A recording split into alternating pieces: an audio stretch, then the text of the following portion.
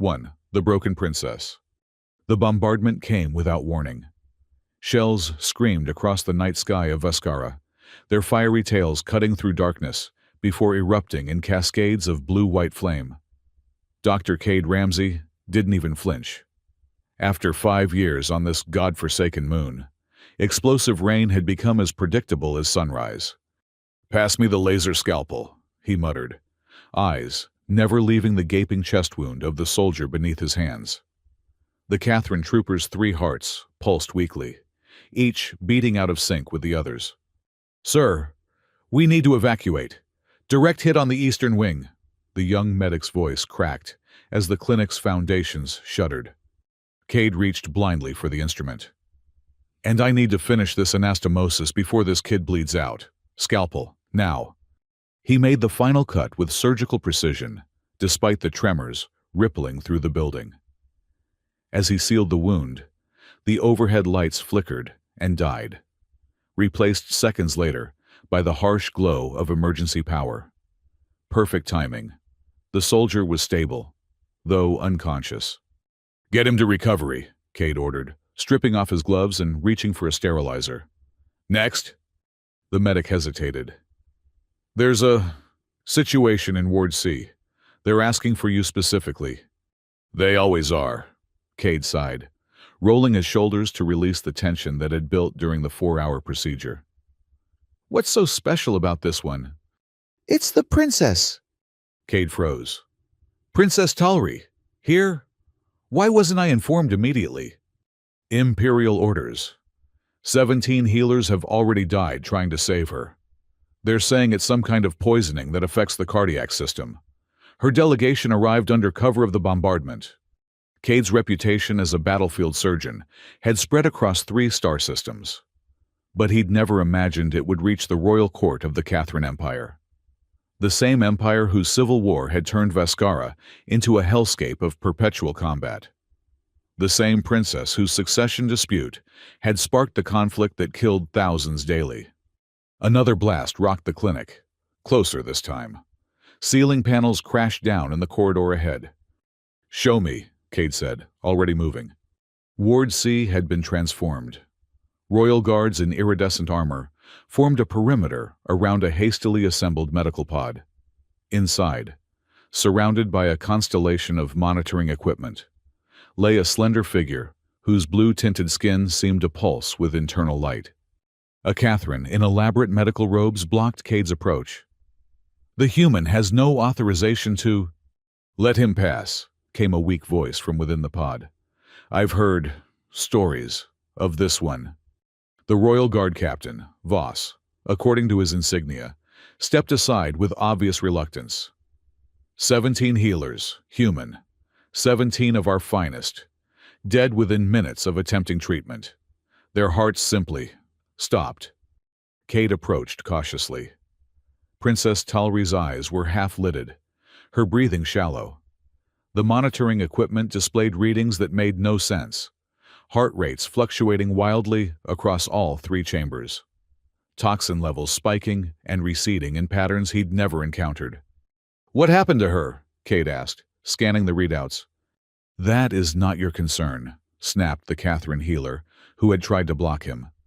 "Either you can help, or you will become the 18th to die trying." Cade raised an eyebrow. "Bedside manner isn't your strong suit, is it?" He turned to the princess. "Your Highness, may I examine you?" Her nod was almost imperceptible.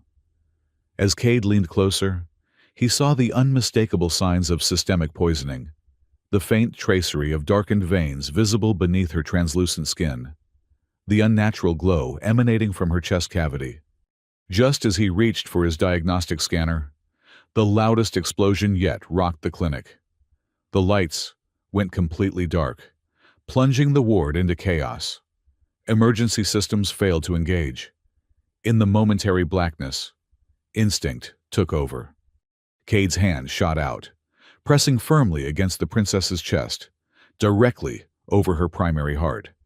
A battlefield technique, direct pressure to stabilize traumatic cardiac injury. Light erupted beneath his palm. Brilliant blue radiance poured between his fingers, bathing the room in otherworldly luminescence. The princess gasped, her back arching as the glow intensified. Where Cade's skin contacted hers, ethereal threads of light seemed to weave between them, pulsing in time with both his heart and hers. "Impossible," whispered the Catherine healer. The emergency lights finally stuttered back to life, revealing the astonished faces of the royal entourage. The monitoring equipment showed all of Princess Talry's vital signs stabilizing, the toxin levels receding. Cade tried to pull his hand away, but the princess grasped his wrist with surprising strength. "Don't," she murmured, eyes now fully alert and fixed on his. "You're the one who heals by touch." Before Cade could respond, Captain Voss barked orders. Royal guards surrounded him, weapons at the ready. "The princess must return to the capital immediately," Voss declared. "The human healer comes with us." "I have patients here," Cade protested. "People who need—" "Your clinic is being overrun," Voss cut him off. "Intelligence reports indicate targeted bombardment. Someone knows the princess is here." As if to confirm his words, a series of explosions erupted directly overhead. "Dr. Ramsey," Talry said, her voice stronger now. "My empire needs you. I need you." Cade looked around at his crumbling clinic, at the wounded soldiers who would soon have no one to treat them. Then back at the princess, whose eyes held something he hadn't expected. Not just royal entitlement, but genuine fear. "Fine," he conceded, as another blast shook the building. "But I'm bringing my medical kit." Within minutes, he was bundled aboard an imperial transport, the princess's stretcher secured beside him. As they lifted off, Cade watched through the viewport as his clinic, his home for 5 years, disappeared beneath clouds of smoke and fire. The Catherine capital planet loomed ahead, its swirling atmosphere parting before the royal vessel like a curtain. Cade had only seen it in propaganda broadcasts, a world of organic architecture, where buildings grew rather than being constructed, where technology and biology had become indistinguishable. The transport descended toward an enormous structure that dominated the central city, the Imperial Palace, its spires twisting upward like the tentacles of some vast sea creature, pulsing with the same bioluminescence he'd seen in the princess's chest.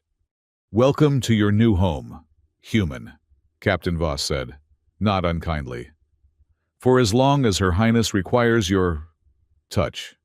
The palace guards escorted Cade through corridors that seemed to breathe, walls undulating subtly as if alive. The princess had been whisked away immediately upon landing, leaving Cade to follow this armed procession without explanation. They arrived at what appeared to be living quarters, luxurious by any standard, with furnishings that grew seamlessly from the floor and walls. A silent Catherine woman waited inside, her posture deferential. "This is Mira," Captain Voss explained. "She will attend to your needs. The chief imperial healer will summon you when preparations are complete." "Preparations for what?" Cade demanded. Voss's face, with its distinctive Catherine features of rigid brow and gill-like respiratory structures, remained impassive. "For your presentation to the court, of course. The one who heals by touch must be properly introduced." He gestured to a doorway. "Suitable attire has been provided. I suggest you rest. Tomorrow will be challenging." With that, he departed, leaving Cade alone with the silent Mira, who merely bowed and retreated to a corner of the chamber. Cade explored his new prison, however gilded it might be. The windows, if the transparent sections of living wall could be called that, offered a dizzying view of the capital city stretching to the horizon. Spires and domes pulsed with internal light, connected by gossamer bridges that swayed in the gentle breeze. His medical kit had been placed on a table that seemed to grow from the floor. He checked it quickly. Everything appeared intact, though some of his more specialized equipment would be useless without proper calibration for Catherine physiology. Exhaustion suddenly overwhelmed him. When was the last time he'd slept? 40 hours ago? 50? The bed, A concave depression in the floor, filled with something like moss, looked inviting despite its alien design. "I need to understand what's happening to the princess," he said aloud, not expecting an answer from the silent Mira. To his surprise, she approached and placed a thin crystal rod on the table beside his medical kit. She tapped it once, and holographic text appeared in the air. Catherine, medical glyphs that shifted as he watched, rearranging themselves into English. Princess Talri's condition, classified imperial document. Mira retreated once more, her expression unreadable. Cade spent hours studying the document, which contained partial information about the 17 healers who had died attempting to treat the princess.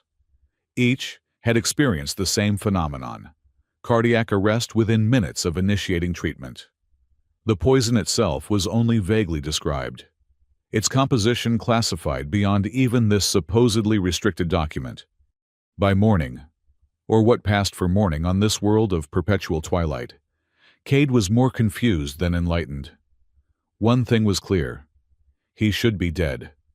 Whatever had killed the others should have killed him too the moment he touched Talri's chest. Instead, he had somehow neutralized the poison, if only temporarily. A delegation arrived to escort him to the Imperial Medical Chambers. The corridors were busier now, filled with courtiers who stared openly at the human in their midst. Whispers followed him like shadows. The one who heals by touch. A human. Impossible. The prophecy never specified species. The medical chamber was a vast, cathedral-like space where technology and biology intertwined. Medical equipment sprouted from living tissue. Monitors pulsed with light that seemed both artificial and organic. In the center, Princess Talri reclined on a raised platform, her chest cavity partially exposed. The bioluminescence Cade had witnessed earlier had dimmed considerably, revealing a complex network of vessels surrounding her 3 hearts. Standing over her was an older Catherine, his medical robes more elaborate than any Cade had seen. His gill structures had darkened with age, and his eyes held the cold calculation of a predator. "The human arrives," he announced, not bothering to look up from his patient. "I am Healer Corthane, Chief Imperial Physician and Guardian of the royal bloodline for 7 generations. Cade approached cautiously. "Dr. Cade Ramsey, I understand the princess is suffering from some form of cardiac poisoning." Corthane's laugh was dry and brittle. "How charmingly simplistic. The princess is experiencing a sacred transition, a rite of passage that has claimed many before her.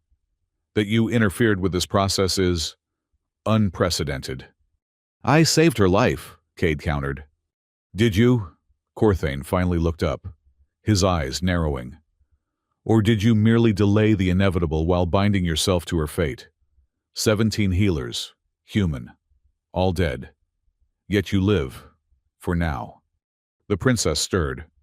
"Enough, Corthane! Show him what he needs to see." Reluctantly, the chief healer activated a holographic display that hovered over Talri's exposed chest. It showed a microscopic view of her bloodstream, where crystalline structures pulsed with the same blue light Cade had seen before. "The royal venom," Corthane explained, his tone suggesting he was divulging state secrets to a child. "Extracted from the imperial seraphim, creatures so rare they emerge only once per century. The venom bonds with royal tissue, either strengthening it or destroying it utterly." "And the 17 healers?" Cade asked. "Volunteers," Talri whispered, her eyes meeting his. "They knew the risks. The venom, it seeks compatibility. Those who are rejected suffer cardiac transfer. The poison leaves my system and enters theirs." Cade processed this information with growing horror. "You're saying this is deliberate? Some kind of compatibility test, using living people?" "It is our way," Corthane said dismissively. "For millennia, the royal succession has been determined thus. The worthy ruler is one whose heart can find its healer." "And now the venom is neutralized because of me?" Cade asked. "Temporarily," Corthane corrected. The bond must be completed through the succession ceremony. Until then, you must remain in physical proximity to Her Highness, or the venom will reassert itself. Cade looked down at his hands, remembering the strange connection he'd felt when touching Talri's chest. And if I refuse to participate in this ceremony? Corthane's smile didn't reach his eyes. Then both you and the princess will die. The venom knows no politics, human. Once begun, the process must be completed. When is this ceremony? 3 imperial cycles, Talri answered. What you would call weeks. Until then, Corthane added, you will learn our ways. You will study Catherine physiology. You will prepare to serve as imperial healer, if you survive that long. He gestured to an array of medical equipment. Your education begins now, as Corthane began a detailed and deliberately overwhelming lecture on Catherine cardiac systems. Cade noticed something odd. When the chief healer adjusted one of the monitoring devices, the readings subtly changed, showing a heart rate slightly higher than what Cade had observed moments before. And in the corner of his vision, he caught the silent Mira watching him intently, her eyes darting meaningfully between him and the altered display. Something was very wrong in the heart of the Catherine Empire, and Cade suspected it went far beyond a poisoned princess. 2. Court of Shadows. Night never truly fell in the Catherine capital. Instead, the bioluminescent city dimmed to a soft twilight, buildings and bridges pulsing with a gentle rhythm that mimicked the heartbeats of the Empire's inhabitants. Cade stood at the window of his quarters, watching the undulating lights with a mixture of awe and unease. 3 days had passed since his abrupt relocation. 3 days of intensive study under Corthane's withering supervision. 3 days of growing suspicion. The equipment readings don't match the princess's actual condition, he muttered to himself, organizing his notes, actual paper notes, which he trusted more than any Catherine technology that might be monitored. Corthane is presenting false data. But why? Behind him, Mira moved silently, arranging the evening meal on a table that had literally grown from the floor that morning. She never spoke, but Cade had quickly realized she was far more than a servant. Her eyes missed nothing, and twice now she had subtly corrected his work when Corthane wasn't looking. Can you tell me anything? Cade asked her, not for the first time. Anything at all about what's really happening? As usual, Mira's expression remained impassive, but she placed his food with deliberate precision, arranging the Catherine delicacies to form a pattern. Cade recognized it immediately, the same configuration as Princess Talri's 3 hearts, with one item slightly offset, pulsing with a faint bioluminescence. A warning or instructions? A sharp knock interrupted his thoughts. Captain Voss entered without waiting for a response, his armor gleaming in the twilight. The princess requests your presence, he announced. Immediately. It's late, Cade objected, though the concept of late seemed meaningless on a world without proper night. Her condition has changed. Something in Voss's tone alarmed Cade. He grabbed his medical kit and followed the captain through corridors that seemed more active than usual. Court officials hurried past, their elaborate robes swirling, voices hushed but urgent. What's happening? Cade asked. Politics, Voss replied grimly. The High Council convened an emergency session. Factions are forming around the princess's condition, some questioning her fitness to rule if she requires a human healer. They arrived at Talri's chambers to find them crowded with officials and guards. Corthane stood at the princess's bedside, projecting an air of grave concern that struck Cade as theatrical. The human arrives at last, the chief healer announced. Perhaps now we will see if yesterday's miracle was mere fortune or true compatibility. Talri lay on a platform of living tissue that monitored her vitals through direct contact. Her skin had taken on a grayish tinge, and the bioluminescence in her chest flickered erratically. What have you done to her? Cade demanded, pushing past a pair of counselors to reach her side. I have maintained imperial medical protocols, Corthane replied coldly. The princess's condition fluctuates as the venom tests her worthiness. This is normal. It wasn't normal. Cade had studied enough Catherine physiology by now to recognize cardiac distress. He placed his monitoring device, one he'd calibrated himself, away from Corthane's interference, against Talry's chest. Her tertiary heart is fibrillating, he announced. She needs immediate stabilization. The traditional remedies have been applied, Corthane countered. Only the touch of the true healer will... Move, Cade growled, shouldering the older healer aside. He placed his hand directly on Talry's chest, as he had in the clinic. Nothing happened. No light, no connection, no response. Whispers erupted around the room. Cade saw triumph flash across Corthane's face, before the chief healer could mask it with professional concern. Perhaps the human's touch was merely coincidental, someone murmured. Or perhaps, Corthane suggested, the princess's true healer lies elsewhere. Cade ignored them, focusing entirely on Talry. Her eyes fluttered open, meeting his with an intensity that startled him. And then he heard her voice, not from her lips, which remained still, but inside his mind. They've drugged me, Corthane. Secondary poison, not the venom. Cade nearly recoiled in shock. Telepathy wasn't among the Catherine abilities he'd studied. Not telepathy. Her voice continued in his head. Neural echo. Heart-mind link. Side effect of the venom bond. They don't know. Maintaining his composure, Cade adjusted his position, making a show of checking different points on Talry's chest. What do I do? He thought, hoping she could hear him as well. Blood filtration. My left wrist port.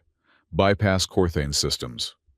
With the practiced efficiency of a battlefield surgeon, Cade shifted his examination to her arm, identifying the small access port, half hidden beneath a fold of skin. Standard Catherine anatomy. A point where their circulatory system could be accessed without needles.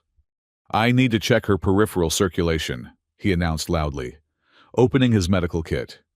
Inside was a human blood filtration device, compact, efficient, and most importantly, not connected to Corthane's equipment. The chief healer stepped forward. That won't be... Standard procedure for human cardiac patients, Cade interrupted. Since the princess has responded to human treatment before, it's worth trying. Before Corthane could object further, Cade had connected his device to Talry's wrist port. The small machine hummed to life, drawing a sample of her iridescent blue blood. Within seconds, his suspicions were confirmed. The readout showed traces of a sedative compound, one not listed in any of the treatments Corthane had documented. He's been keeping me weak, Talry's voice whispered in his mind. Controllable. The succession ceremony approaches, and he fears what I might become. Her electrolyte balance is off, Cade announced for the benefit of the observers. I'm administering a stabilizing compound. What he actually injected was a mild stimulant that would counteract the sedative. As the drug entered her system, Talry's eyes grew more alert, and her chest began to glow with increasing intensity. Cade placed his hand over her primary heart again. This time, the connection was immediate and powerful. Blue light erupted between them, drawing gasps from the assembled courtiers. The monitoring equipment showed all three hearts synchronizing, strength returning to her system. The bond reasserts itself, Voss observed, his hand moving subtly toward his weapon as he watched Corthane's reaction. The chief healer's face was a mask of professional detachment, but Cade could see the calculation behind his eyes. Indeed, Corthane said smoothly. It seems I was premature in my concern. The human's touch is effective, if inconsistent. The counselors began to withdraw, murmuring among themselves. Cade maintained his connection with Talry, feeling the strange resonance between them growing stronger. Thank you, her voice whispered in his mind. What is happening to us? He asked silently. The venom creates a bridge between compatible systems. Your touch stabilizes the process, but the bridge works both ways. I feel your thoughts, your memories. Cade felt a strange pressure in his mind, as if someone were gently rifling through his past. Flashes of his childhood on Earth, his medical training, the horrors of battlefield surgery on Vescara, all bubbling to the surface of his consciousness. And I can feel yours, he realized with a start. Impressions of a royal childhood, the weight of imperial expectation, the fear when the poisoning ritual began. They flickered through his awareness like half-remembered dreams. "The princess needs rest," he announced aloud, breaking the connection and standing up. "And constant monitoring. I'll stay with her tonight." Corthane's objection was immediate. "That would be highly improper. Royal protocol dictates." "Her life dictates," Cade cut him off. "Unless you'd prefer to explain to the High Council why the 18th healer died under your supervision." The threat hung in the air between them. Finally, Corthane inclined his head in a gesture that was more threat than acquiescence. "As you wish, human. But Captain Voss and his guards will remain as well, for propriety's sake." After Corthane and the remaining officials departed, Cade pulled a chair alongside Talry's bed. Voss positioned guards at the doorway, but remained close enough to observe them. "You can speak freely," Talry said aloud, her voice stronger now. "Voss is loyal to me, not the Council." "What I discovered in your bloodstream wasn't an accident," Cade said. "Corthane is deliberately administering compounds to weaken you." Voss's expression darkened. "That would be treason." "It would be consistent with what I've observed," Cade continued. "The false readings, the manipulated data, the convenient emergency tonight when I wasn't present." Talry struggled to sit up. "Corthane was my father's healer. He's served the Imperial family for decades, which gives him ample opportunity and knowledge to interfere," Cade pointed out. "The question is why. What does he gain by keeping you weak, or by potentially letting you die?" "Power," Voss said simply. "The succession is disputed. Princess Talry's cousin, Lord Dryven, has claimed the throne should be his. He leads the military faction in the High Council." "And Corthane's allegiance?" Cade asked. "Officially, to the Imperial family," Talry answered. "But he and Driven share certain traditional views about the Empire's future. My plans for peace with the human systems would disrupt those traditions." "The 17 healers who died," Cade said slowly, the pieces clicking into place. "They weren't just rejected by the venom, were they? They were deliberately poisoned. Corthane made sure none of them could form a bond with you." Talry's eyes met his, the bioluminescence within them pulsing with emotion. "It's possible. The venom ritual is ancient, its mechanisms not fully understood even by our healers. If Corthane found a way to ensure rejection. But he didn't account for a human physiological response," Cade finished. "My system was too different from what he'd prepared for." "Which means you remain in grave danger," Voss warned. "If Corthane realizes you've discovered his treachery, he won't hesitate to eliminate you before the succession ceremony." Cade thought of the silent Mira and her subtle warnings. "I'm not sure we can trust anyone in the palace except those in this room." "Then we must proceed carefully," Talry said. "The succession ceremony cannot be delayed. The venom cycle is tied to it. In 3 weeks, I will either ascend to the throne with my healer at my side, or both of us will perish." Cade leaned forward, lowering his voice. "I need to understand exactly what this bond between us entails. The neural connection is growing stronger each time we touch. I can feel your emotions, see fragments of your memories." "It is the way of the Catherine royal succession," she explained. "The ruler and healer become extensions of each other. Your medical knowledge becomes mine. My royal authority becomes yours. We are meant to balance each other, heart and mind in service to the Empire." "And after the ceremony?" Talry's gaze didn't waver. "The bond becomes permanent. You would be bound to the throne and to me for life. The implication, struck Cade like a physical blow. You might have mentioned that before I put my hand on your chest. A small smile curved her lips. Would it have changed your decision, Dr. Ramsey? He thought of his ruined clinic, the endless war, the patients he'd left behind. I don't know. Then perhaps it's best we focus on surviving until we have the luxury of such philosophical questions. Voss interjected pragmatically. Corthane will be watching your every move. We need a strategy. Cade nodded, his mind racing through possibilities. I'll need to learn everything about Catherine physiology, not from Corthane's manipulated data, but from reliable sources. And we need to gather evidence of his tampering. The Imperial archives contain the true medical texts, Talri offered, but access is restricted to high-ranking healers. I can arrange an escort to the archives, Voss suggested. Under the pretext of cultural education for the human healer. And Corthane's tampering, Cade asked. Talri's expression grew thoughtful. The venom in my system. It creates a unique energy signature that your touch somehow stabilizes. If we could monitor that signature independently of Corthane's equipment. I might have something, Cade said, reaching for his medical kit. He extracted a small vial of metallic liquid. Nanobots, medical grade, programmed for human systems. But I could reprogram them to monitor Catherine physiology. They could track the venom's behavior and any foreign substances Corthane introduces. Introducing foreign technology into the princess's bloodstream would be considered heresy by traditionalists, Voss warned. So would letting her die, Cade countered. Besides, no one needs to know. Talri extended her arm, exposing her wrist port. Do it! As Cade prepared the nanobots for injection, the neural connection between them pulsed with shared emotion, his determination, her trust, and beneath it all, a growing sense that their fates were now inextricably linked. This will allow us to gather evidence, he explained, as he administered the tiny machines. But it won't protect you from further tampering.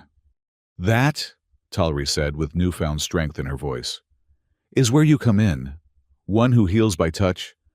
The nanobots entered her system with a faint blue glow that matched the bioluminescence of her hearts. Through the neural link, Cade felt them spreading through her circulatory system, a strange sensation of tiny currents flowing beneath her skin. Now we wait, he said, and watch. And learn, Talri added, her eyes meeting his with an intensity that transcended their strange biological connection.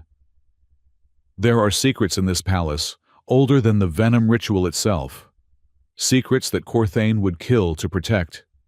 Then let's discover them, Cade replied, before he kills us both. 3. Poison and Retribution. The Imperial archives rose like a forest of crystal trees, each trunk containing millennia of Catherine knowledge stored in living tissue. Light pulsed through transparent branches, data flowing like sap through a vast network of information. Cade moved carefully through the narrow pathways, following the silent Mira who had been assigned as his guide.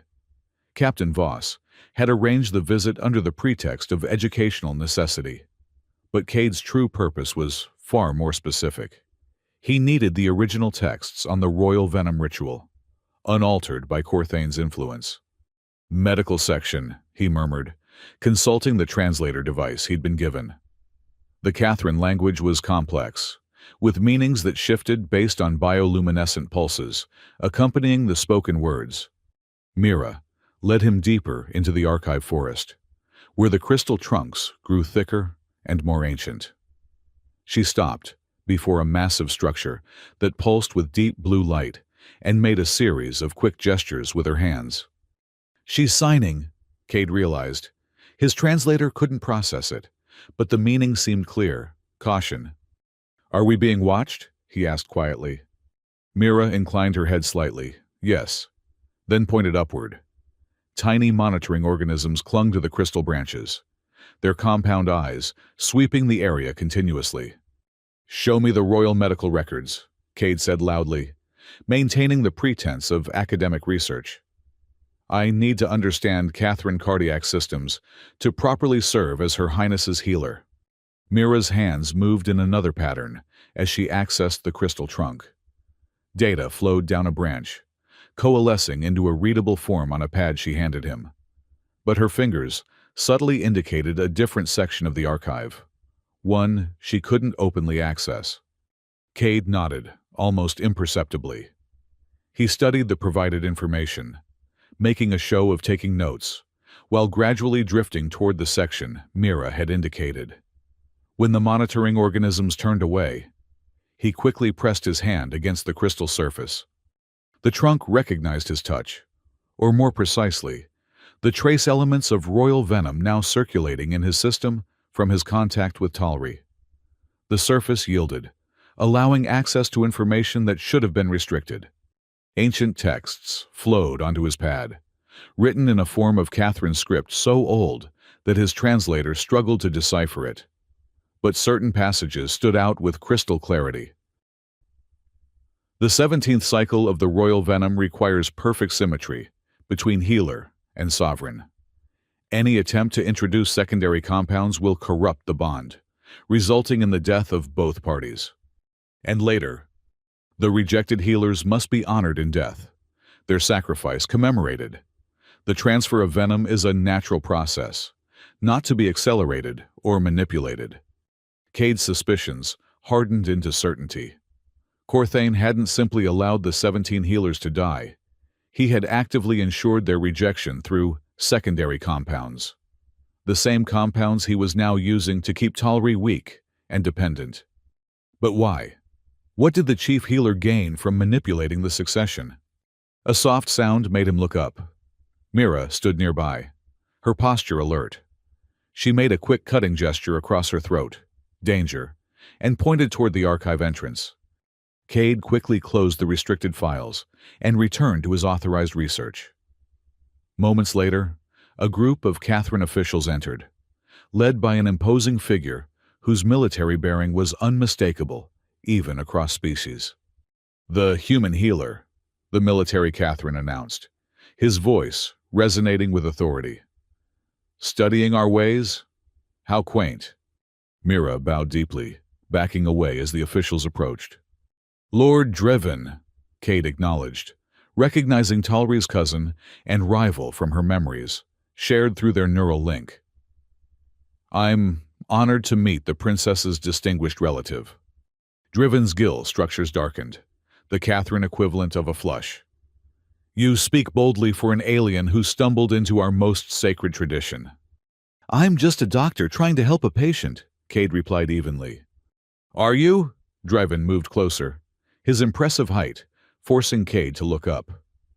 "Or are you a human agent, infiltrating our court at a time of vulnerability? The timing of your miracle is suspiciously convenient." "Convenient for whom? I was abducted from my clinic and told both the princess, and I will die if I don't participate in your venom ritual. That's not exactly a strategic career move." Driven's entourage shifted uncomfortably at Cade's bluntness, but the Lord himself seemed amused. "Healer Corthane warns that you lack proper respect for our traditions," he said. "I see he was correct. Corthane has concerns about a lot of things," Cade observed carefully, "including, perhaps, the outcome of the succession ceremony." Something dangerous flashed in Driven's eyes. "Tread carefully, human. 17 healers have already died in service to the throne.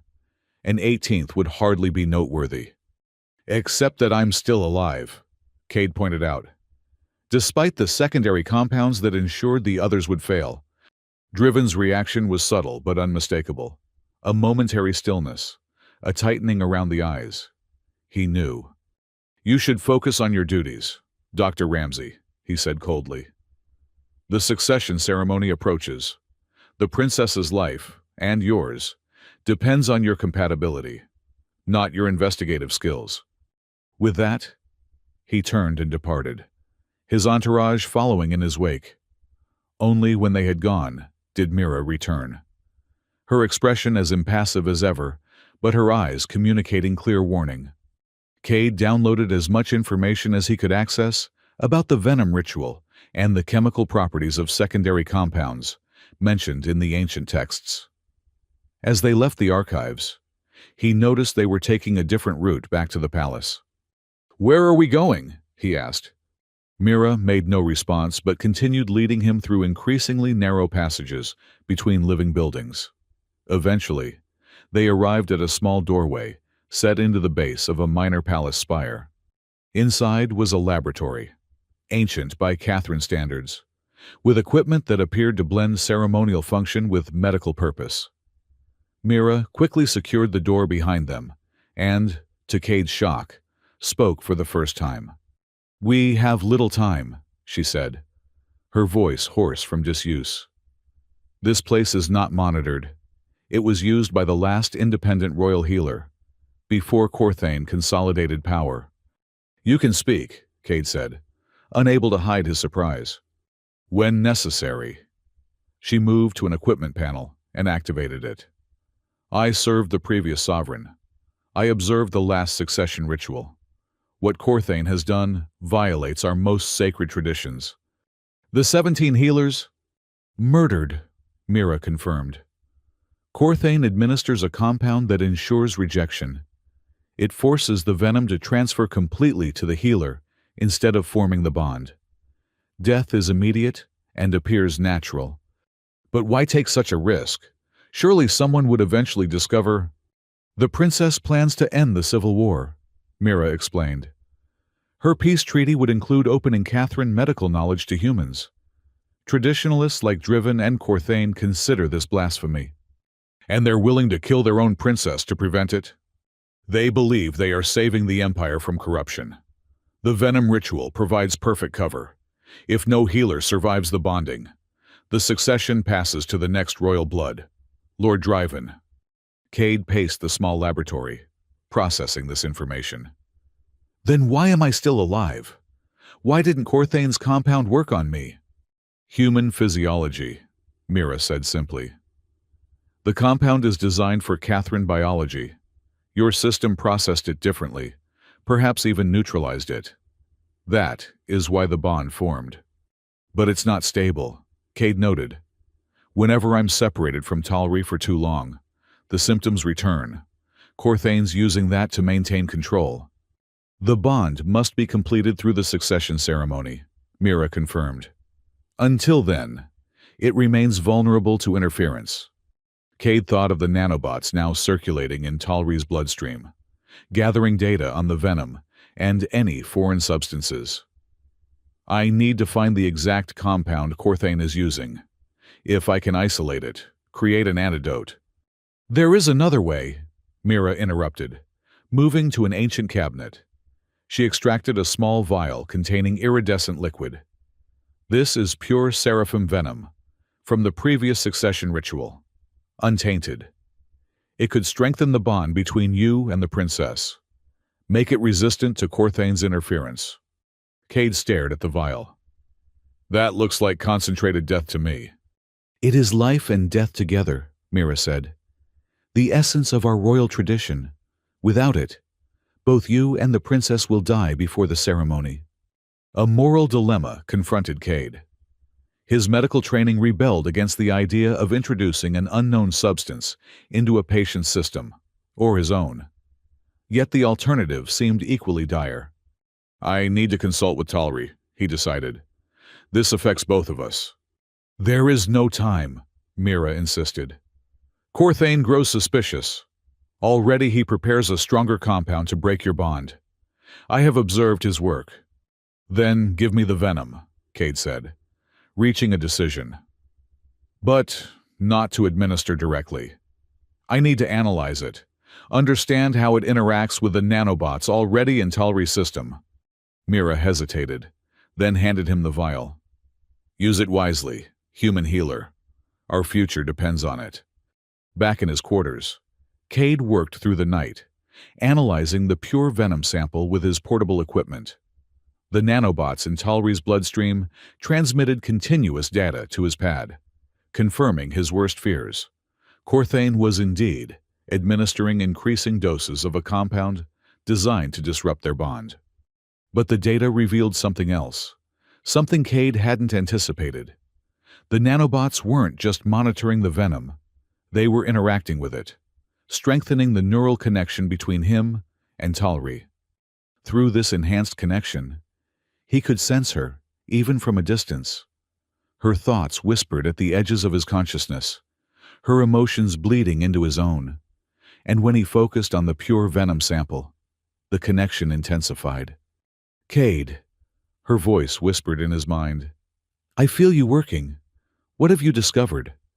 "Confirmation," he replied silently, still marveling at this impossible communication.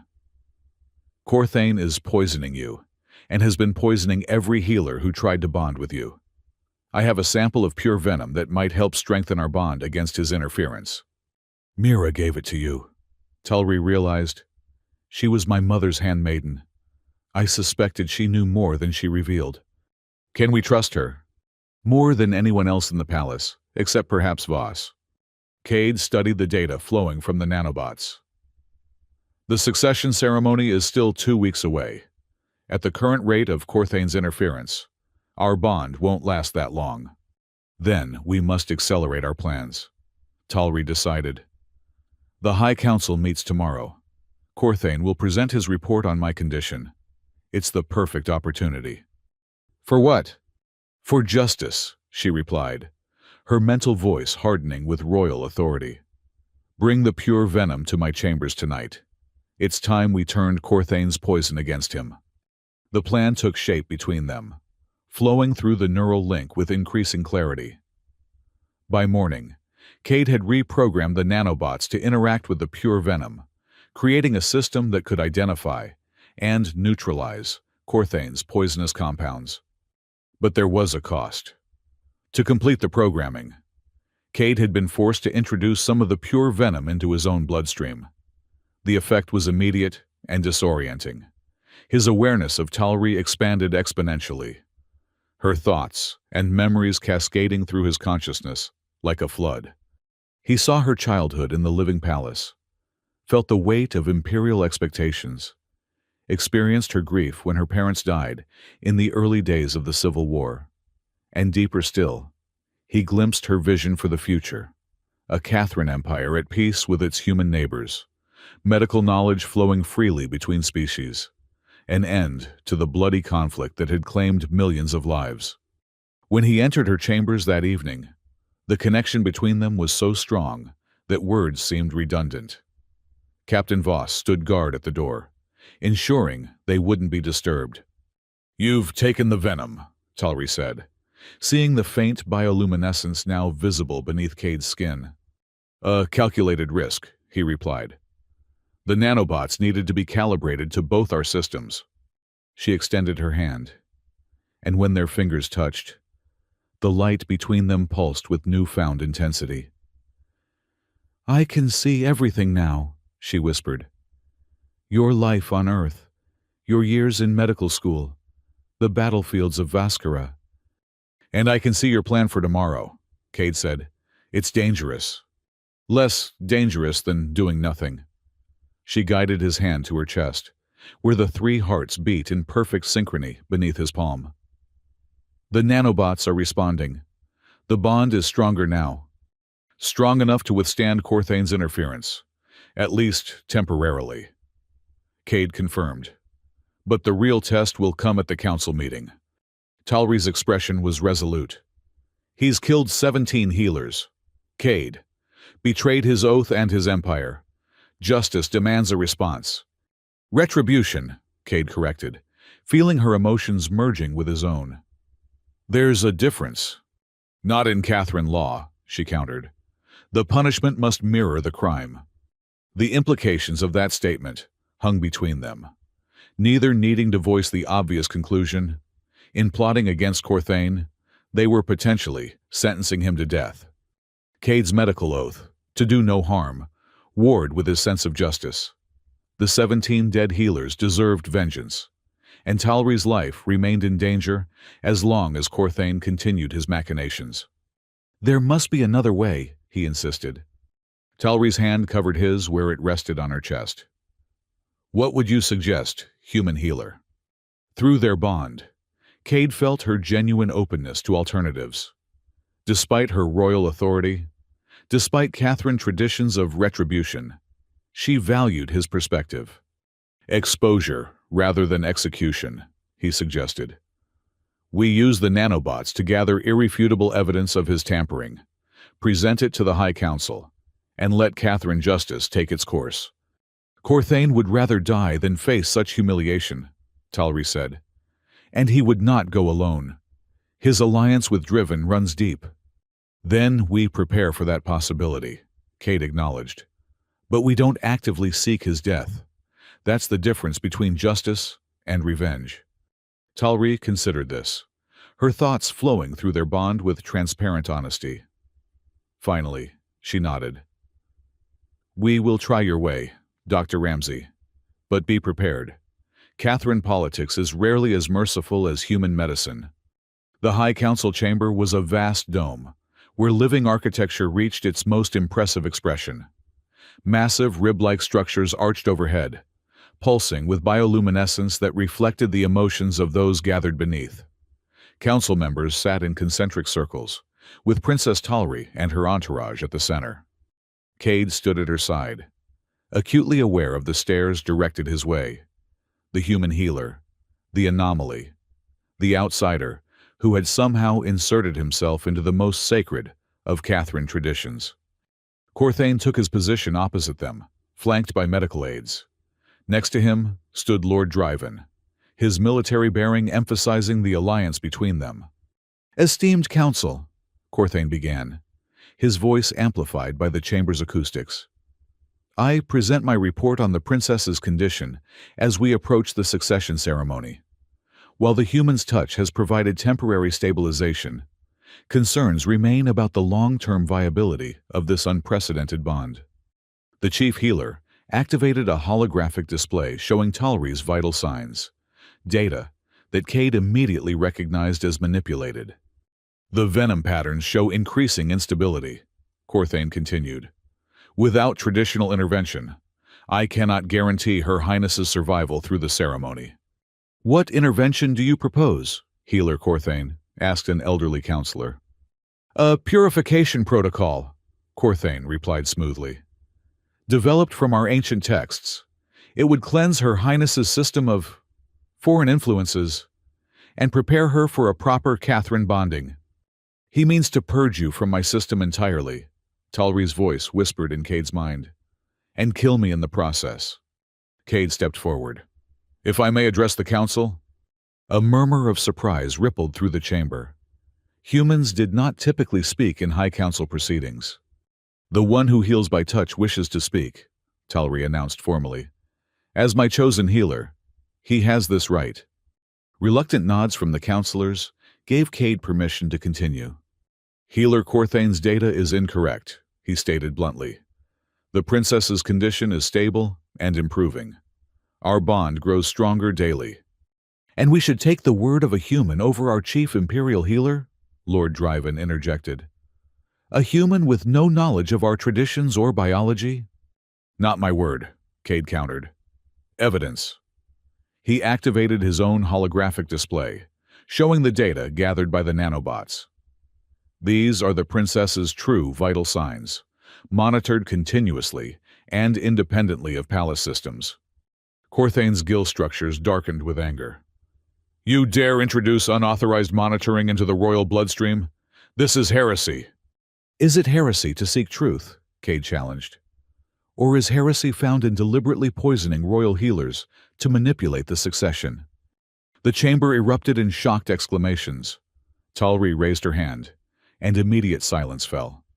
Grave accusations, Dr. Ramsey, she said formally, playing her part in their choreographed confrontation. Do you have evidence for such claims? I do. Cade expanded the holographic display to show molecular structures. This compound has been regularly introduced into the princess's system. It doesn't appear in any Catherine medical text. Yet it precisely targets the venom bonding process. 17 healers died because of this compound. Corthane's composure cracked. Preposterous! This human brings wild accusations to cover his own interference in sacred traditions. Then you won't mind submitting to a blood analysis, Cade suggested, to prove you've never handled this compound. The chief healer's hesitation was brief, but damning. Lord Driven moved subtly, positioning himself between Corthane and the council. These accusations dishonor the council chamber, Driven declared.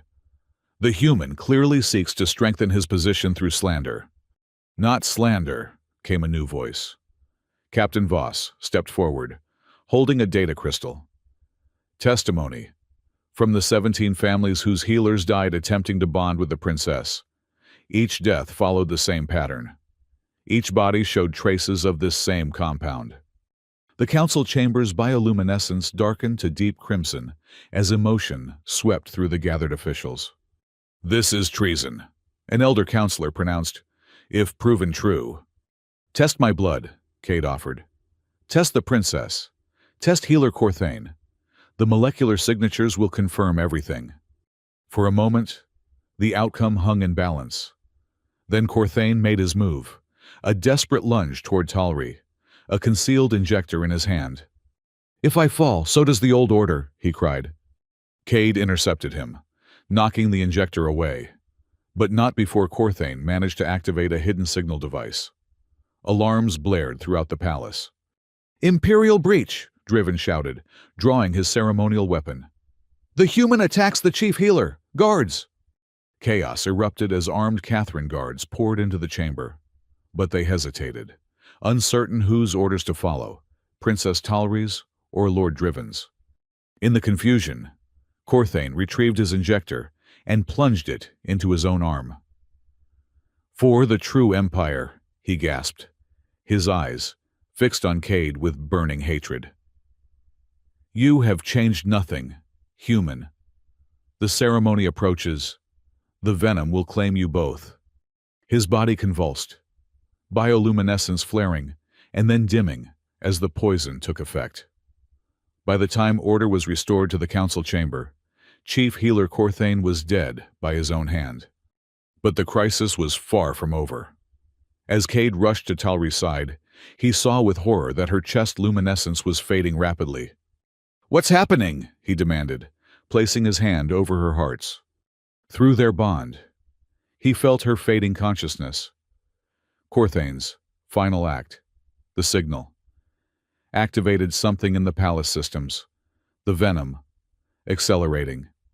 The succession ceremony, Voss realized. It's been triggered prematurely. The traditional rites must be observed immediately, or the princess will die. Cade felt it too. The venom in his own system responding to some unseen signal, burning through his veins with increasing intensity. The bond between them wavered, threatening to collapse entirely. Then we perform the ceremony now, he declared. Here, in front of the High Council. Impossible, Lord Driven objected. The sacred grounds must be prepared. The ancestral witnesses summoned. There's no time, Cade insisted, supporting Talri as she swayed on her feet. Through their bond, he could feel her heart struggling to maintain rhythm. She'll die before your traditions can be satisfied. The council chamber fell silent. The gathered officials watching the unfolding drama with a mixture of horror and fascination.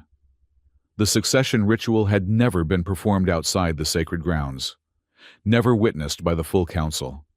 What do you propose, human healer? Asked the eldest counselor. Cade looked down at Talri, feeling her life force ebbing through their connection. In that moment, he made his decision, not as a doctor bound by human medical ethics, but as a healer bound to his patient through an alien bond he still barely understood. The nanobots, he said.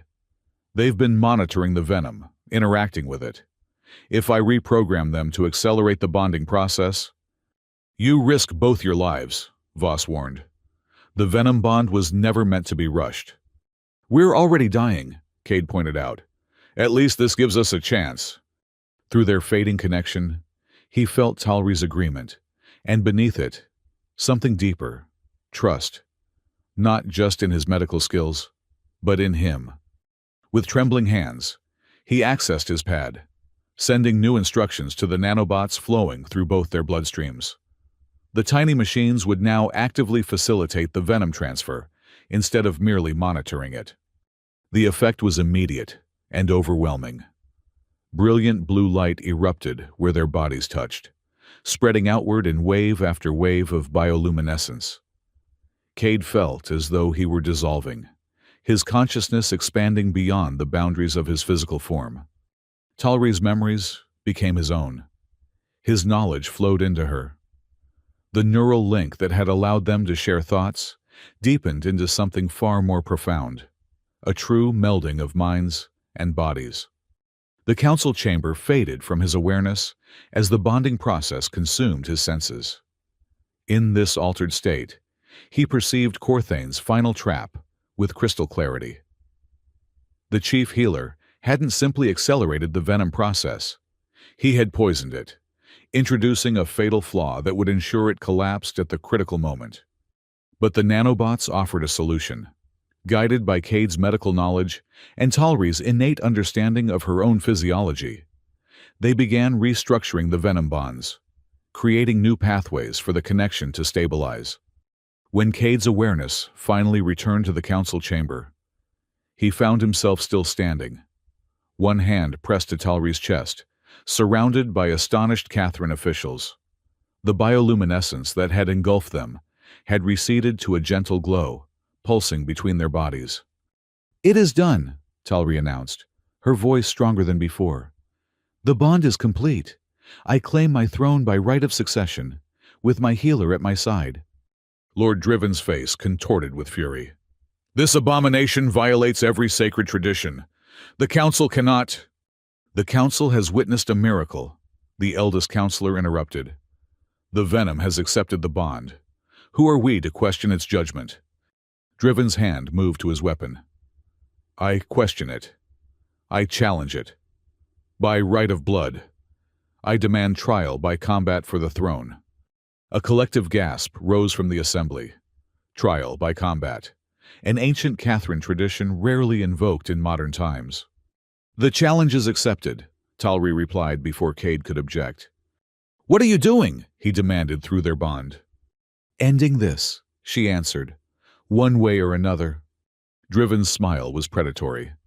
"Choose your champion, cousin, or will you send your human pet to die for you?" "I need no champion," Talri declared. "I will face you myself." Another shockwave rippled through the council.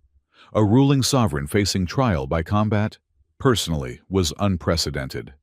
"Then prepare to die," Driven snarled, drawing his ceremonial blade. "And with you, all your dreams of peace with the humans."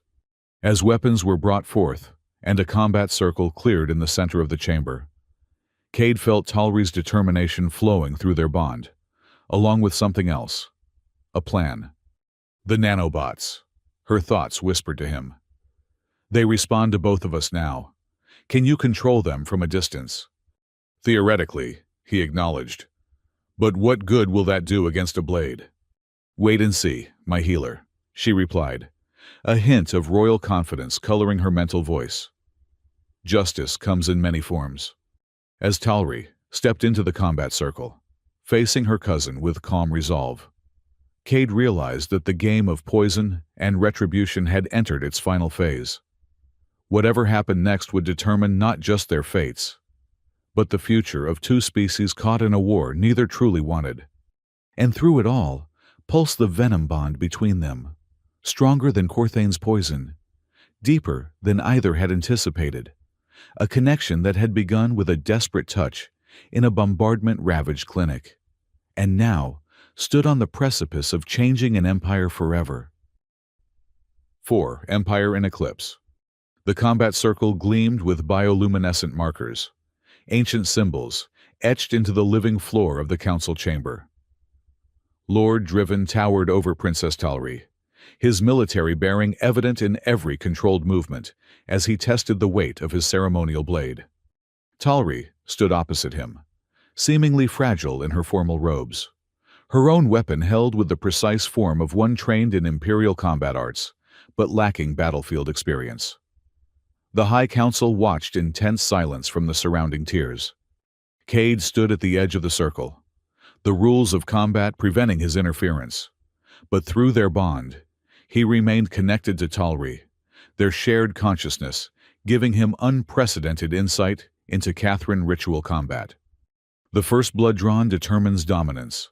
Her thoughts informed him. But only a fatal blow ends the challenge. "You're still weakened from the venom acceleration," he responded silently. "Your tertiary heart is struggling to maintain rhythm." "I know." Her mental voice was calm despite the danger. "That's where you come in." The ceremonial gong sounded, signaling the beginning of combat. Driven moved immediately, his blade slicing through the air with practiced efficiency. Talri evaded narrowly, her movements hampered by lingering weakness. "The nanobots," she reminded Cade as she parried another strike. "Program them to respond to my cardiac distress." Understanding bloomed in Cade's mind.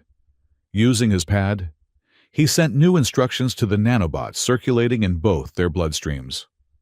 The tiny machines would now concentrate around Talri's hearts during moments of extreme exertion, providing temporary support to the struggling organs.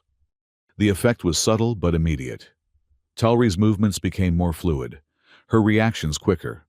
She deflected Driven's next attack and countered with a strike that drew a thin line of luminescent blood from his arm. "First blood to the princess," announced the elder counselor.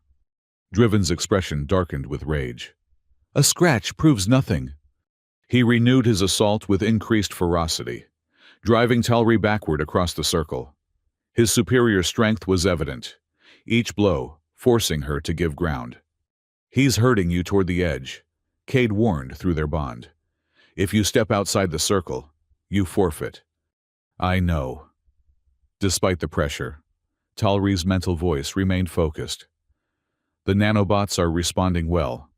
Time for the next phase." She allowed Driven to force her closer to the boundary, making it appear that she was weakening. Just as her heel approached the glowing perimeter, she dropped to one knee, as if stumbling. Driven lunged for the kill, exactly as she had anticipated. In that moment, Talri executed a maneuver that seemed impossible given her condition, a twisting roll beneath his guard, followed by a precise strike to his side. Blue blood bloomed across his ceremonial armor. "Second blood to the princess," the counselor noted, surprise evident in his voice. Driven roared with fury, abandoning technique for brute force. His blade came down in a powerful overhead strike that would have split Talri from shoulder to hip. She caught the blow on her own weapon, but the impact drove her to her knees. Through their bond, Cade felt the strain on her hearts, the tertiary organ nearly failing under the stress. "Now," she commanded. Cade activated the final nanobot protocol, one they had prepared, but hoped not to need. The machines swarmed to Talri's 3 hearts, forming temporary structures to support the failing chambers. At the same time, they released a compound derived from the pure venom sample, triggering a controlled bioluminescent reaction. Light erupted from Talri's chest, pulsing outward in waves that momentarily blinded everyone in the chamber. When vision returned, she stood tall, her body radiating the blue glow of concentrated royal venom. "What treachery is this?" Driven demanded, shielding his eyes. "No treachery," Talri replied, her voice amplified by the energy coursing through her. "The venom responds to true sovereignty. This is the will of our ancestors. Cousin." In that moment, she was no longer just a princess fighting for her throne. She was the living embodiment of Catherine royalty, the physical manifestation of imperial authority. Driven hesitated, uncertainty replacing his confidence for the first time. That moment of hesitation was all Talri needed. Her blade moved with preternatural speed, tracing a pattern in the air that left trails of blue light. It came to rest at Driven's throat, drawing a third line of blood directly over his primary cardiac artery. "Third blood to the princess," the counselor announced. "The challenge is decided." Traditional Catherine combat allowed the victor to claim the life of the defeated challenger. Cade felt Talri's consideration of this option flowing through their bond. the cold calculation of a sovereign weighing justice against mercy. "I spare your life, cousin," she finally declared. "Not out of weakness, but because the Empire has seen enough death. Your military expertise will serve us better in peace than your corpse would in retribution." Driven's expression contorted with complex emotions, humiliation, rage, and beneath it all, a reluctant relief. He dropped to one knee, head bowed. "The challenge is honored. The throne is yours, Empress Talri." A murmur ran through the assembled council. By surviving the Venom Bond and winning the challenge, Talri had earned more than the right to succeed. She had claimed the title of Empress, not merely Princess Regent as tradition would normally dictate. As the ceremonial conclusion of combat began, Cade monitored the nanobot's activity in Talri's system. The artificial support structures would dissolve within hours, but her hearts were already strengthening, adapting to the completed Venom Bond. "Well done, Doctor," her thoughts whispered to him. "You've saved me yet again." "We saved each other," he corrected. "The bond works both ways." Indeed. Through their connection, he could feel how his own physiology had been altered by the venom. Enhanced resilience, accelerated healing, and most significantly, a perfect awareness of Talri's physical and emotional state. The High Council formally acknowledged Talri's ascension, each member approaching to pledge loyalty to the new Empress. Lord Driven was permitted to withdraw with his honor intact, though under the watchful eye of Captain Voss's guards. As the ceremony concluded, Talri addressed the council. "The civil war ends today. My first act as Empress will be to extend peace to the human systems. And my second," she turned to Cade, extending her hand, "to name Dr. Cade Ramsey as Imperial Healer Ambassador, the first of his kind, bridge between our species." Cade stepped forward, taking her offered hand. The bioluminescence flared between them, visible proof of their bond.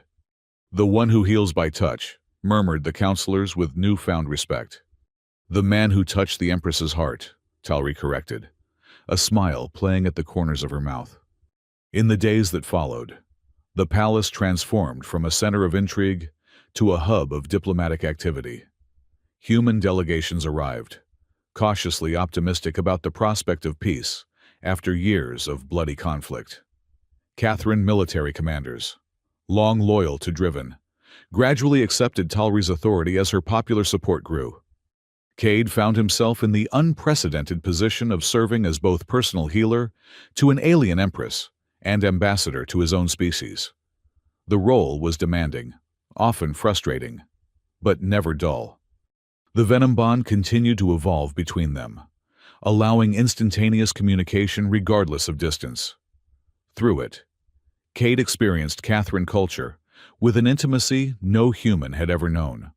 The subtle harmony of their architecture, the complex interplay of bioluminescent expression that accompanied their speech, the reverence for biological connection that infused every aspect of their society. And Talri, in turn, gained insight into human adaptability, innovative thinking, and medical science. Through Cade's memories and knowledge, she understood humanity in ways no Catherine sovereign had before. One evening, as they stood on a palace balcony overlooking the luminescent city, Talri voiced a thought that had been growing in both their minds. The Venom Bond was never just about choosing a compatible healer, she said. It was about ensuring the sovereign understands perspectives beyond their own. For millennia, that meant other Catherine perspectives. But now it means bridging the gap between species, Cade finished. Creating understanding where there was conflict. Precisely. She turned to face him, the bioluminescence beneath her skin pulsing with emotion. 17 healers died, Cade. Their sacrifice cannot be meaningless. It won't be, he assured her. The peace treaty is progressing. Medical exchange programs are being established. Your vision is becoming reality. Through their bond, he felt her satisfaction and her lingering concern. Driven has been quiet, too quiet. His faction hasn't abandoned their traditionalist views. They're waiting, Cade acknowledged, watching to see if our bond weakens, if the peace falters. Then we must ensure it doesn't. Her determination flowed between them, strengthened by the Venom connection. The succession ceremony may be complete, but our work has only begun. As if to emphasize her point, a messenger appeared at the balcony entrance. Empress, the human medical delegation has arrived. They await your welcome in the Grand Hall. Talri nodded. We will come shortly. When the messenger had gone, she turned back to Cade. Are you ready, Ambassador? Your colleagues may not understand what's happened to you. He laughed softly. I'm bonded to an alien empress through venomous bioluminescence that lets us share thoughts. No, they probably won't understand, but they don't need to understand to benefit from what we've created. Together, they descended to the Grand Hall, where representatives from Earth's premier medical institutions waited nervously. As Cade made introductions, he felt Talri's presence in his mind, offering insights and observations that helped bridge the cultural divide. The human delegates had brought gifts, medical technology, research data, and most significantly, a prototype device designed to translate Catherine bioluminescent expressions into human comprehensible terms. This is only the beginning, Cade told them as the formal reception concluded. The Empress envisions a future where our medical knowledge flows freely between species, where Catherine biological technology complements human mechanical innovation, and where no more lives are lost to needless conflict, Talri added, her translator rendering her bioluminescent emphasis perfectly. Later, as they reviewed the day's progress, Cade felt a subtle shift in Talri's emotional state through their bond, a momentary hesitation, a flicker of something like guilt. What is it? He asked. She met his gaze directly. There are things about the Venom ritual I haven't fully explained.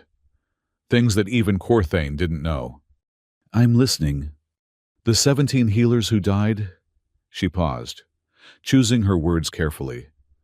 Their sacrifice was part of a larger pattern, a test of sorts. A test for what? For the right healer, the one whose compassion and skill transcended species boundaries. Her eyes held his. The Venom ritual has always been more than just a medical procedure or a succession rite. It's a method of selecting the sovereign's most trusted advisor and companion. Understanding dawned slowly. You're saying the ritual was designed to find, what? A consort. In human terms, yes. The bioluminescence beneath her skin pulsed with emotion. The healer who bonds with the sovereign becomes more than a medical attendant. They become partner to the throne itself. Cade absorbed this revelation, feeling its implications ripple through their shared consciousness. And Corthane knew this. He knew parts of it. The full truth is known only to the royal line. She stepped closer. The 17 who died were not just rejected healers, Cade. They were candidates whose temperament, whose fundamental character, was found wanting by the venom itself. And I passed this test without knowing it existed, he said, a touch of irony in his voice. You placed your hand on my chest during a bombardment, with no thought for your own safety, she reminded him. You fought for my life against palace intrigue and tradition. You chose justice over revenge when confronting Corthane. At every turn, your actions proved what the Venom somehow recognized from the beginning, that you were the one meant to stand beside me. The weight of this revelation settled between them. Through their bond, Cade felt the absolute truth of her words, and the future they implied. So I'm not just your healer or ambassador, he said slowly. According to Catherine tradition, I'm mine, she completed simply. As I am yours, the bond makes us extensions of each other, in healing, in diplomacy, and in rule. The idea should have been alien, disturbing. Yet, through the Venom bond, it felt like the recognition of a truth that had been emerging since that first desperate touch in a war-torn clinic. "Did you engineer this?" he asked, not accusingly, but with genuine curiosity. "Was I chosen before I ever set foot in that clinic?" Talri's expression softened. "Not consciously, but the venom ritual has always had an element of cosmic alignment. The right healer appears when the sovereign has greatest need. That you were human, that was unprecedented, but perhaps inevitable, given my vision for our future." Cade considered this. Through their bond, he felt her complete openness, her willingness to accept his reaction whatever it might be. "So, when you said, 'Now she's mine,' after the combat, I meant it in every sense our traditions recognize," she acknowledged. "The healer belongs to the sovereign belongs to the empire. We are bound together in service to something greater than ourselves." "It's a lot to process," Cade admitted. "We have time," Talri assured him. "The bond is permanent, but how we define its parameters, that remains our choice." As they stood together in the twilight of the Catherine capital, the bioluminescence pulsing between them, in perfect synchrony with their heartbeats, Cade realized that his life had changed irrevocably the moment he'd placed his hand on her chest. From battlefield surgeon to imperial consort, a journey he could never have imagined. Yet, through their bond, he felt no regret, only a growing certainty that whatever challenges lay ahead, they would face them together. Healer and sovereign, human and Catherine, united by a touch that had somehow bridged the divide between worlds. 5. The Heart of Empire. Morning came to the Catherine capital in waves of bioluminescence, buildings and bridges gradually brightening as the planet's sun, dimmer than Earth's, climbed above the horizon. Cade stood at the window of his new quarters in the Imperial Wing, watching the city awaken. 3 months had passed since Talri's ascension and their bond's completion. 3 months of diplomatic negotiations, medical exchanges, and the gradual, sometimes painful process of ending a war that had raged for years. The Venom bond had stabilized into something both miraculous and mundane. The constant awareness of Talri's thoughts and emotions had become background noise, like the steady rhythm of a second heartbeat alongside his own. He could focus on it when necessary, or let it fade into his subconscious when privacy was needed. Privacy, a concept that had required redefinition for both of them. There were no secrets between bonded pairs, a fact that had necessitated considerable adjustment. Cade's human notions of personal mental space had initially clashed with Catherine traditions of complete transparency. They had found a balance, learning to respect the distinction between awareness and intrusion. A gentle pulse through their bond alerted him to Talri's approach before she entered the room. As Empress, she moved through the palace with an entourage of advisors and guards. But in these early hours, she often sought moments of solitude with her healer consort. "The human delegation is nervous about today's ceremony," she said, without preamble, coming to stand beside him at the window. Cade nodded. "Signing a peace treaty with an alien empire whose biology they barely understand? I'd be nervous too." "You understand us," she pointed out. "That gives them confidence." "I understand you," he corrected. "One Catherine, and only because we share a consciousness." Through their bond, he felt her amusement, and her appreciation for his humility. It was this quality, she had told him, that made him suitable as her consort where the 17 had failed. Pride and arrogance were poison to the Venom bond. The royal healer needed the temperament to advise without overreaching, to guide without controlling. "The High Council session will begin soon," Talri said. "Lord Driven has requested permission to address the Assembly before the treaty signing." Cade frowned. "That seems ominous." "Indeed. But denying him would only feed the traditionalist narrative that I silence opposition." She turned to face him fully. "I need you beside me today, not just as ambassador, but as my bonded healer. Whatever Driven plans, we face it together." "Always," he assured her, the word carrying the weight of their shared connection. The High Council chamber had been transformed for the historic occasion.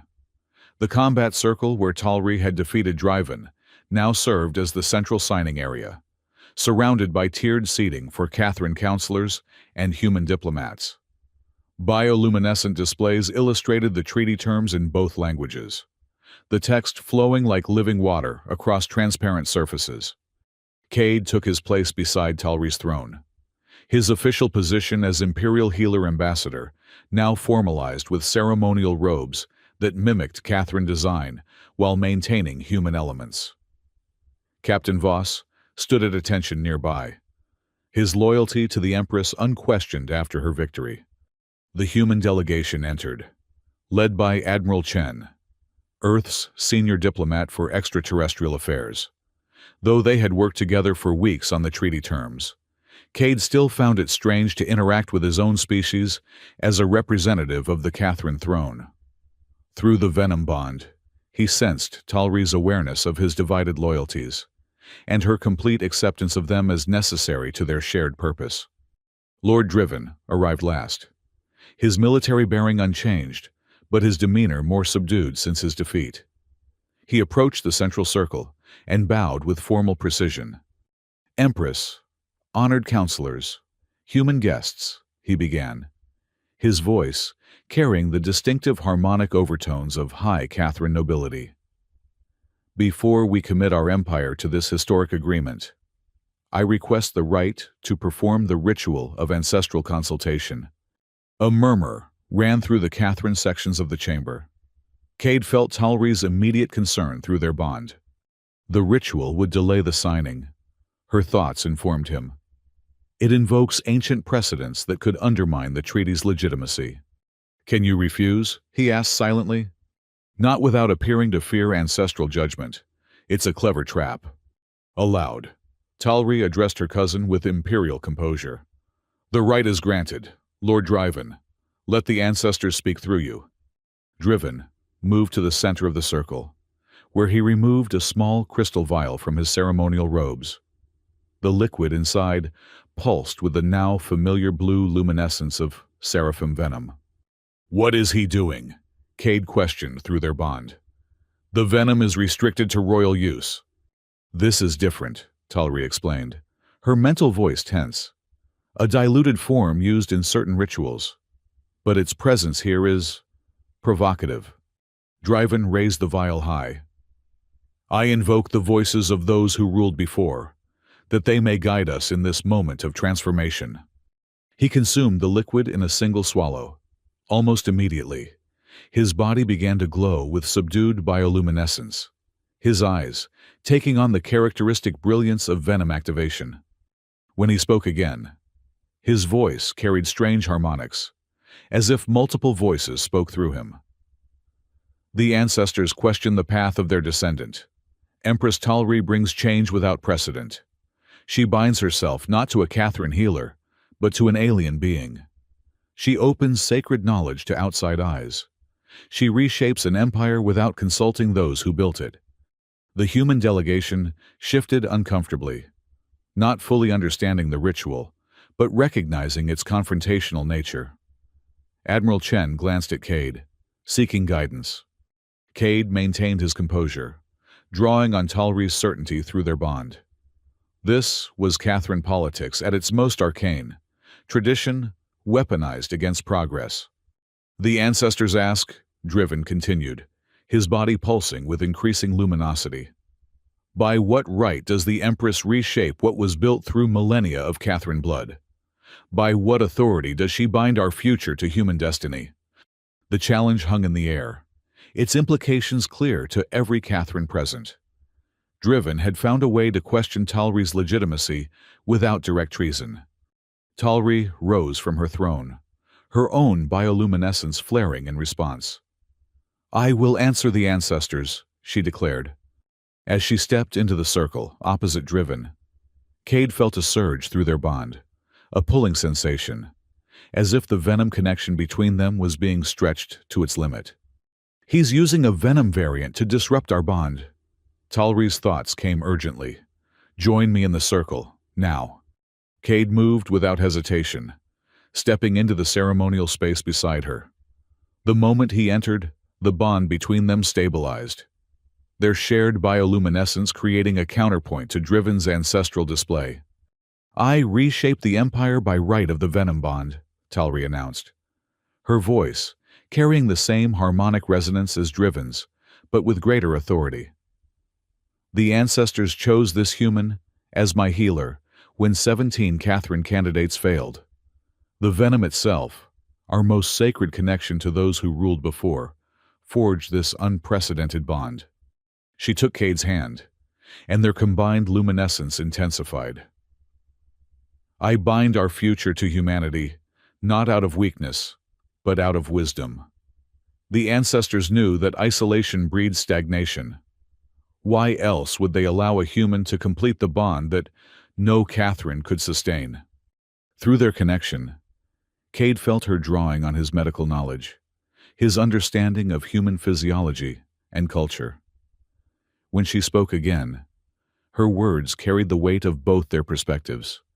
"The venom ritual exists to ensure the sovereign has a counterbalance, a healer whose perspective complements and sometimes challenges royal authority. For the first time in our history, that perspective comes from beyond our world. This is not a dilution of Catherine tradition, but its ultimate fulfillment." The council chamber had grown utterly silent, both Catherine and humans transfixed by the confrontation. Even Driven seemed momentarily bereft of response, the ancestral voices he channeled falling quiet. In that silence, Cade felt a subtle shift in their bond, a deepening, as if the venom was responding to Talri's declaration. Knowledge flowed between them more freely than ever before.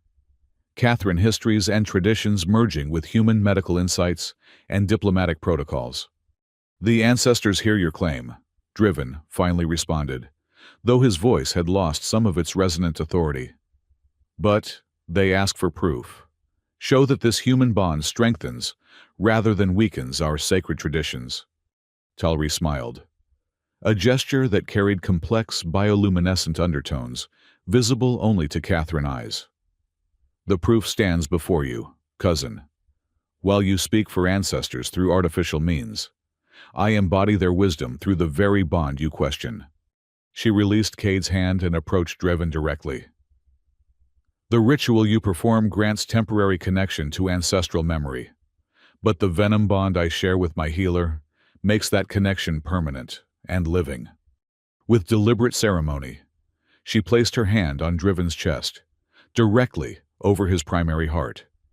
Her touch carried the concentrated essence of their bond, and Driven gasped as the connection briefly expanded to include him. "Feel the truth," Talri commanded. "Feel what the ancestors have created through us." For one breathtaking moment, the three of them stood connected, Empress, human healer, and traditionalist challenger, united by the venom's bioluminescent network. Through their bond, Cade felt Driven's shock as he experienced the full reality of what had formed between human and Catherine. When Talri withdrew her hand, Driven staggered backward, the artificial ancestral connection visibly fading from his system. "The ancestors," he began, then faltered. "The ancestors acknowledge the bond is true." The admission cost him visible effort, but the ritual left no room for deception. What he had experienced through Talri's touch had silenced even his most determined opposition.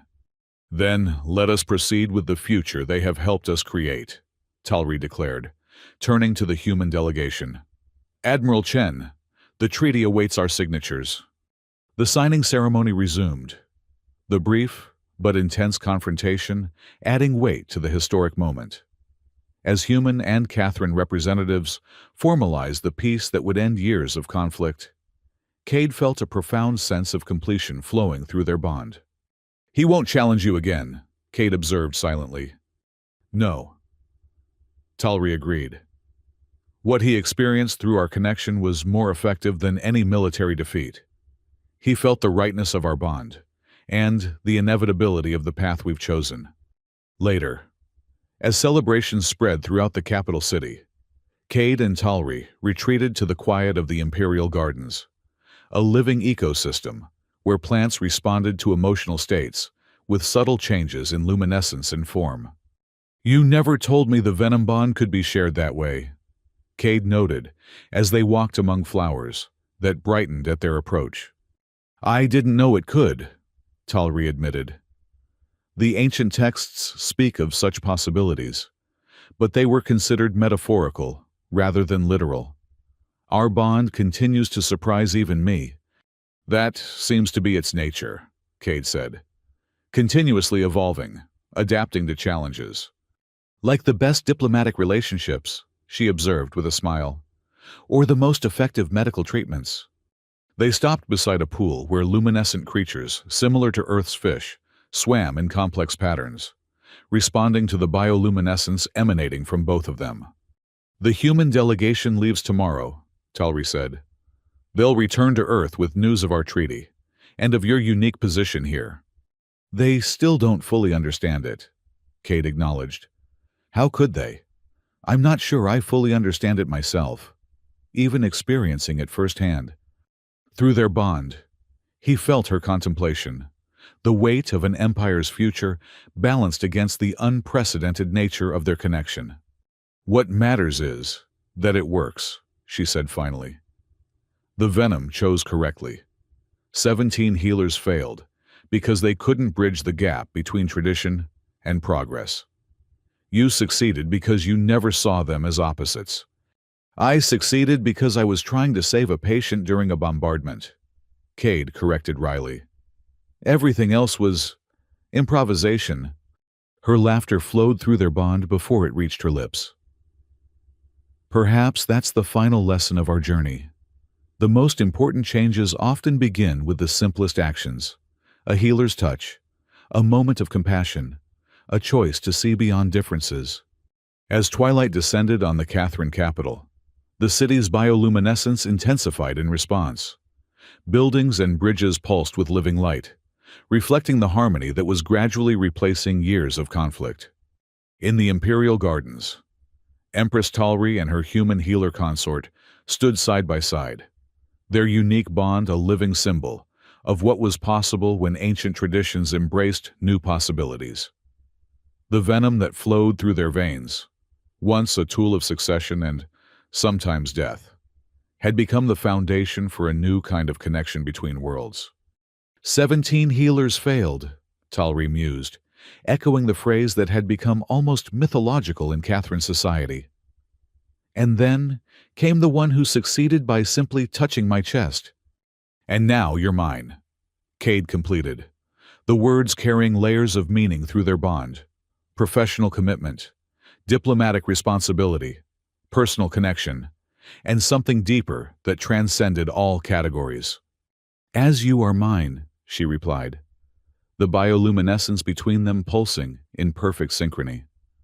Heart and mind, healer and healed, bound together in service to something greater than ourselves. Above them, the first ships bearing news of the peace treaty departed for Earth, their lights tracing new pathways through the darkening sky, pathways that had begun with a desperate touch in a battlefield clinic and now extended toward a future neither species could have imagined alone. The heart of Empire beat on, not just in Talri's three-chambered chest or Cade's human heart, but in the venom bond that united them, a luminescent bridge between worlds that had once been divided by war and were now joined in the most unlikely of peace. And throughout the palace, throughout the city, throughout the empire itself, the subtle glow of that peace spread like ripples in a pond, blue-white radiance that had begun with 17 failures and culminated in a single, healing touch that changed everything.